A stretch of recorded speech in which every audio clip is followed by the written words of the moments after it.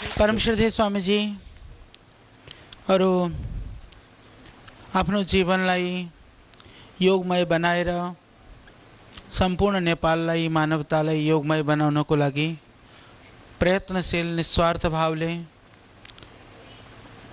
लाग्नुभएका सबै हाम्रा दाजुभाइ दिदीबहिनीहरू म तपाईँ सबैलाई प्रणाम गर्छु। मेरो नमस्कार छ।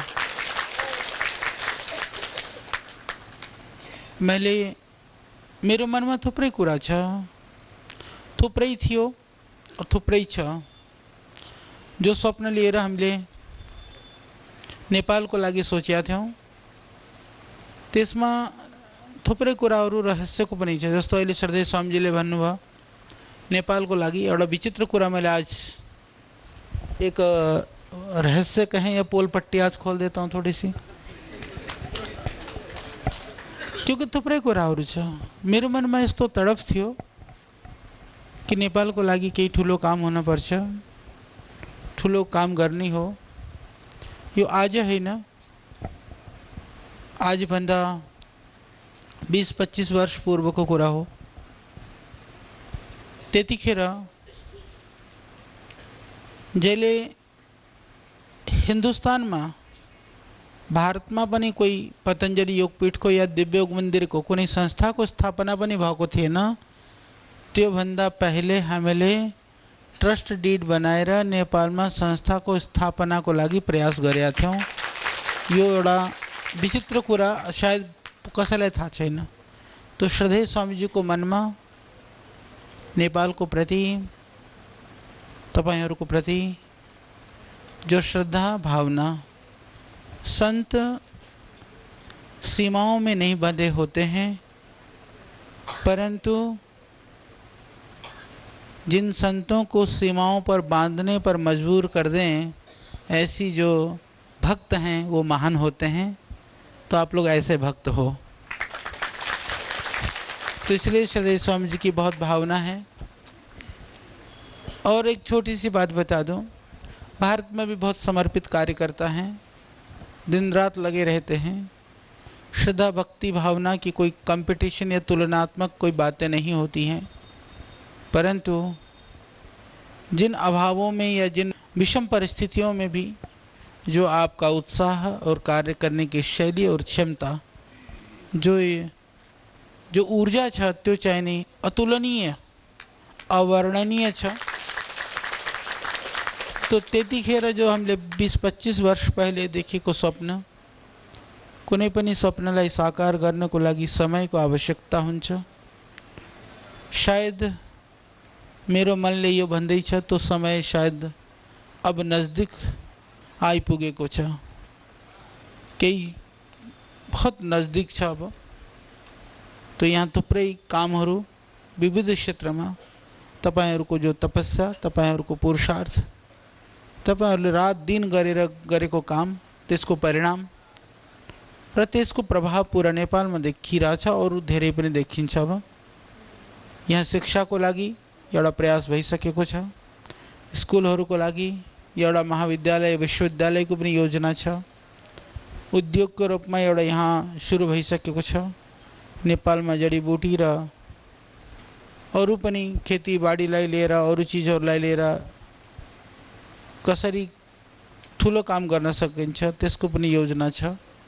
अब सबभन्दा ठुलो योजना यो हो कि जस्तो श्रद्धेय स्वामीजीले भन्नुभयो कि यहाँ केही पनि काम गरेर, केही पनि यदि कहीं आर्थिक रूपमा केही पैदा भयो भने, केही यहाँ पर संग्रह केही पैसा आयो भने तो पनि 100% यही नै लाग्ने हो, नेपालमै नै लगाएर नेपालको समृद्धि र वृद्धिको लागि काम गर्ने हो।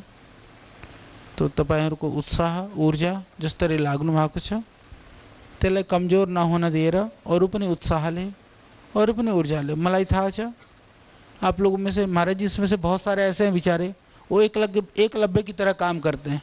मुझे तो तब बहुत लगती है, मैं बता दूं, आज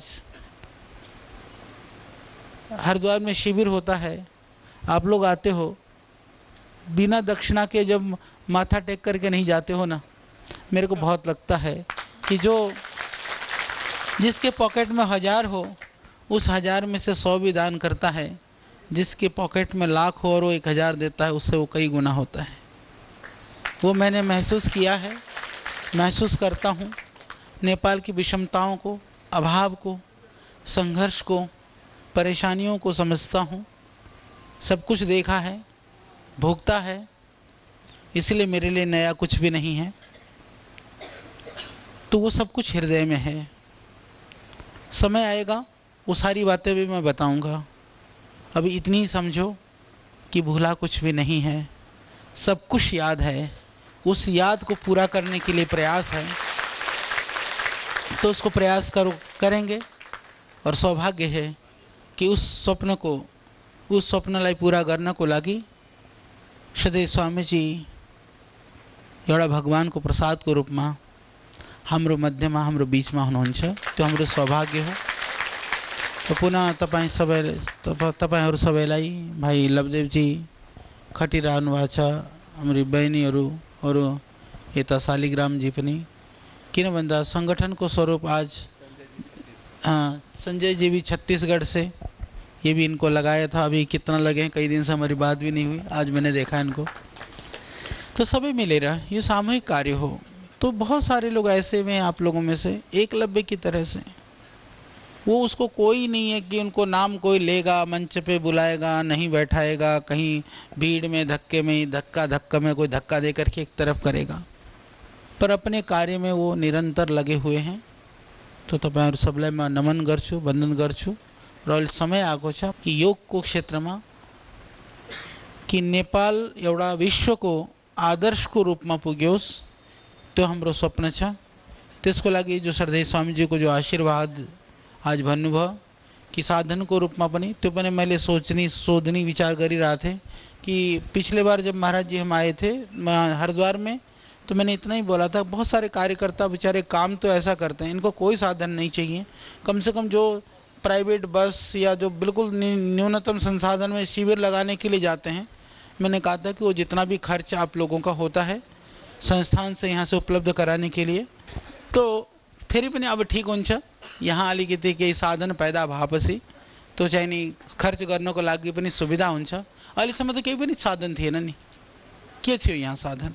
और अर्को चीजमा एक ठुलो कुरा भन्न चाहन्छु, अहिलेसम्म यो नेपालमा मिडियालाई पनि और तपाईहरुले घर घर गाउँ गाउँमा पुर्याउने कुरा यो हो कि पतञ्जलिले आफ्नो उत्पाद भारतबाट नेपालमा पठाउँदाखेरिमा अहिलेसम्म हामीले कम से कम करोडौं रुपैयाँ, यानी कि प्रति वर्ष हामीले 10 बाट लिएर 15% नुकसानमा, वो मेरो संकल्प थियो कि जति नेपालमा जो भारतमा जति मूल्यमा सामान पाइन्छ त्यति मूल्यमा नेपालमा दिने हो। और भन्सार तपाईहरुलाई थाहा छ 18% बाट लिएर 25% भन्सार तिर्न पर्छ। त्यो खर्च एक्स्ट्रा गरेर पनि त्यो पतञ्जलिले वहन गरेर त्यो सब सामानले पतञ्जलिले यहाँ पुर्याएको हो।